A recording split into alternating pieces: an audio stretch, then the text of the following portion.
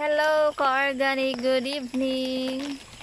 So, ito pa yung mga cherry tomato ko na hindi pa na-transplant. So, this weekend, tatapusin ko ito sila lahat. Tatlong seedling tray pa ito.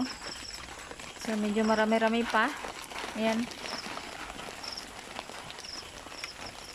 Tagasan ni sila.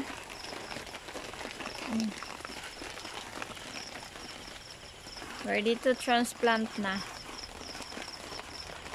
Kung sino yung gusto mag-buy ng cherry tomato seedlings, just PM me. Kasi sobra na ito sa dito sa amin. Sobra na sa farm. So, benta ko na lang yung iba nito.